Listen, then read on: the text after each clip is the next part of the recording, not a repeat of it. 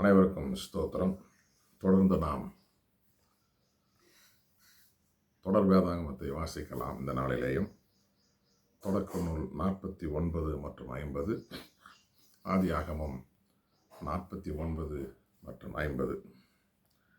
யாக்கோபு தம் புதல்வர்களை வரவழைத்து கூறியது, என்னை சுற்றி நில்லுங்கள், வரவிருக்கும் நாள்களில் உங்களுக்கு நிகழ்விருப்பதை நான் அறிவிக்கப் போகிறேன்.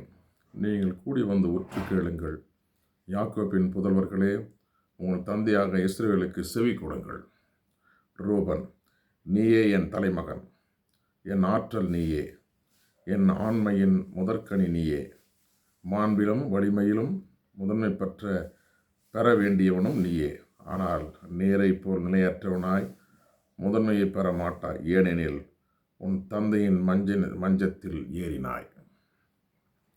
ஆம், என் படுக்கையை தீட்டுப்படுத்தினாய்.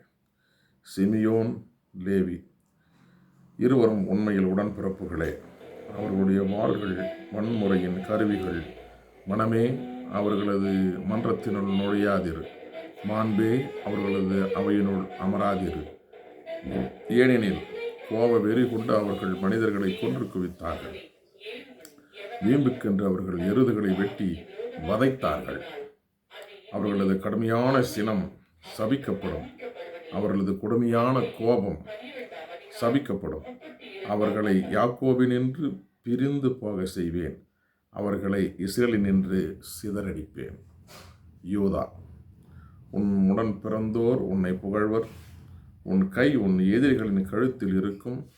உன் தந்தையின் புதல்வர் உன்னை வணங்குவர். யூதா, நீ ஒரு சிங்கக்குட்டி. என் மகனே, இறை கவர்ந்து வந்துள்ளாய். ஆண் சிங்கமென பெண் சிங்கமென அவன் கால் மடக்கி கொடுப்பான். அவன் துயில் களைய துணிந்தவன் எவன்? அரசுரிமை உடையவர் வரும் வரையில் மக்களினங்கள் அவருக்கு பணிந்தொடும் வரையில் யூதாவை விட்டு செங்கோல் நீங்காது. அவன் மரபை விட்டு கொற்றம் மறையாது.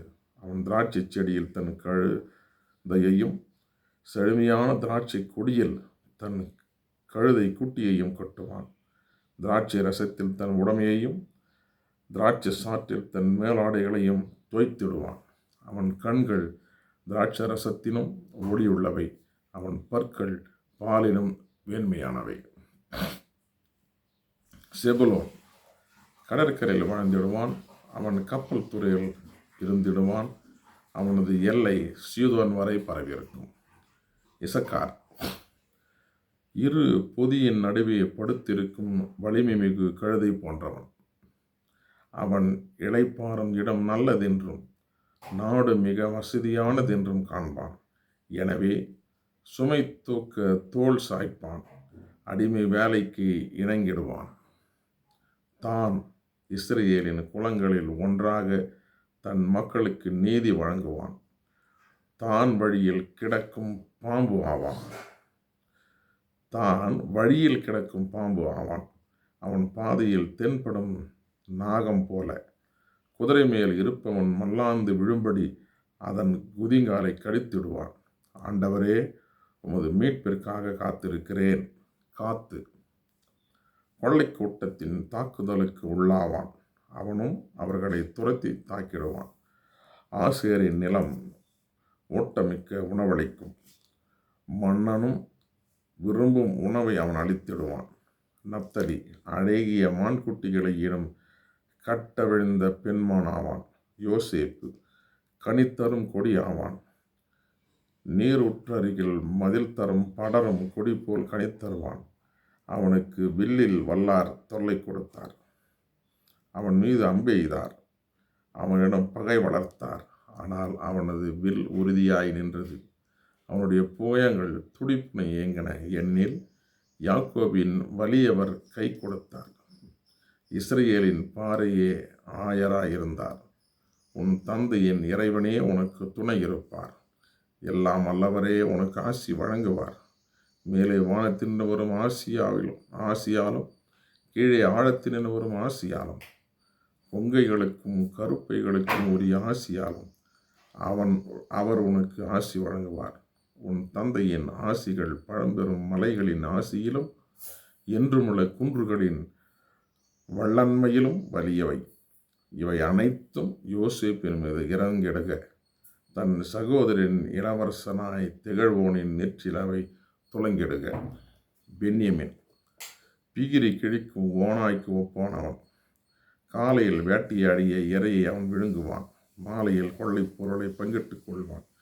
இவர்கள் அனைவரும் இஸ்ரேலின் 12 குலத்தார் ஆவர். இவற்றை மொழிந்து இவர்களின் தந்தை இவர்கள் ஒவ்வொருவருக்கும் உரிய ஆசியை அளித்து வாழ்த்துரை வழங்கினார். யாக்கோபின் இறப்பு. மேலும் அவர் அவர்களுக்கு கட்டளையிட்டு கூறியதோ, நான் என் இனத்தவரோடு சேர்க்கப்படவிருக்கிறேன். என்னை என் தந்தையருடன் இத்தியனான எப்ரோனின் நிலத்தில் உள்ள குகையில் அடக்கம் செய்யுங்கள். அது கானான் நாட்டில் மம்ரே பகுதிக்கு அருகேயுள்ள முப்பிலாவின் நிலத்தில் அமைந்துள்ளது.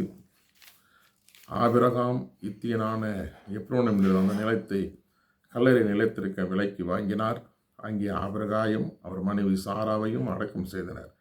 அங்கு ஈசாக்கையும் அவர் மனைவி ரெபேக்காயும் அடக்கம் செய்தனர். அங்கே தான் நானும் லேயாவை அடக்கம் செய்துள்ளேன். அந்நிலமும் கல்லறையும் இத்தியரிடமிருந்து விலைக்கு வாங்கப்பெற்றவை. யாக்கோபு தன் புதல்வருக்கு கட்டளைகளை வழங்கி முடித்த பின் தன் கால்களை படுக்கையினுள் மடக்கி கொண்டு உயிர் நீத்து தம் இனத்தாருடன் சேர்த்து கொள்ளப்பட்டார். ஆதியாகம புத்தகம் 50 தொடக்க நூல் 50 தொடர்ந்து வாசிப்போம். அப்பொழுது யோசேப்பு தந்தையின் முகத்தின் மீது விழுந்து அழுது அவரை முத்தமிட்டார். பின்பு தம் தந்தையின் உடலை மருத்துவ முறையில் பாதுகாப்பு செய்யும்படி தம் பணியாளர்களான மருத்துவர்களுக்கு யோசேப்பு கட்டளையிட்டார். அவர்களும் அப்படியே செய்தனர். இதற்கு 40 நாட்கள் தேவைப்பட்டன.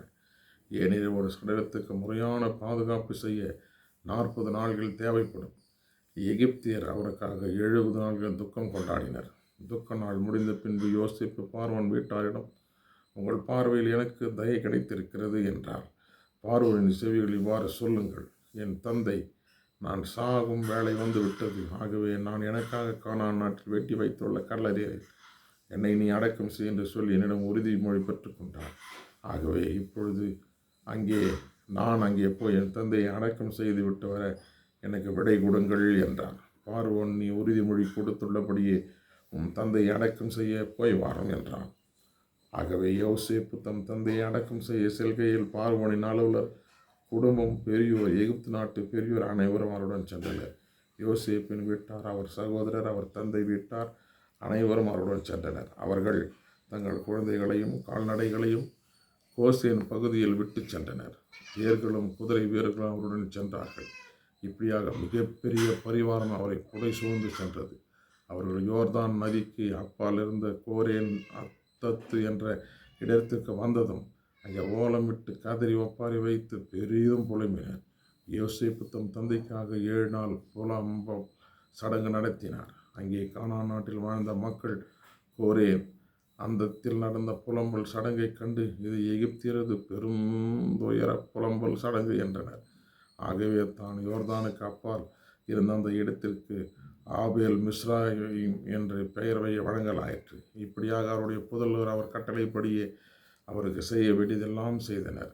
அவருடைய புதல்வர் அவரை கானான் நாட்டிற்கு எடுத்துச் சென்று மம்ரே பகுதி எதிரில் மக்பேலா என்ற இல்லத்தில் இருந்த கோயில் அடக்கம் செய்தனர். அந்த இடத்தை ஆபிரகாம் தமக்கென்று கல்லறை நிலம் இறைக்க வேண்டும் என்பதற்காக எப்ரோன் என்ற இத்தியனிடமிருந்து விலைக்கு வாங்கியிருந்தார். யோசேப்பு தம் தந்தையை அடக்கம் செய்த பின் அவரும் அவர் சகோதரரும் அவருடன் அவர் தந்தை அடக்கம் செய்ய சென்றிருந்த அனைவரும் எகிப்திற்கு திரும்பினர். யோசேப் தம் தங்கருக்கு அளித்த உறுதிமை. அப்பொழுது யோசேப்பின் சகோதரர் தாங்கள் தந்தை இறந்து விட்டதைக் கண்டு, யோசேப் நாம் அவருக்கு செய்த அனைத்து தீமைகளையும் கருதி இப்போது நம்மை வெறுத்து உறுதியாக பழிவாங்குவர் என்று எண்ணினர். எனவே அவர்கள் யோசேப்புக்கு இவ்வாறு செய்தி அனுப்பினர், உன் தந்தை இருப்பதற்கு முன் உன் சகோதரர் உனக்கு தீங்கிழைத்ததின் மூலம் உண்டான குற்றப்பழியை பாவத்தை மன்னித்து விடு என்று யோசேப்பு சொல்லுங்கள் என்று அவர்களுக்கு கட்டளையிட்டார். ஆகவே இப்பொழுது அவர் தந்தையின் கடவுளுடைய அடியார்களாகிய எங்கள் குற்றப்பழியை மன்னித்தருளும். அவர்கள் இதை தம்மிடம் அறிவித்த பொழுது யோசேப்பு அழுதார்.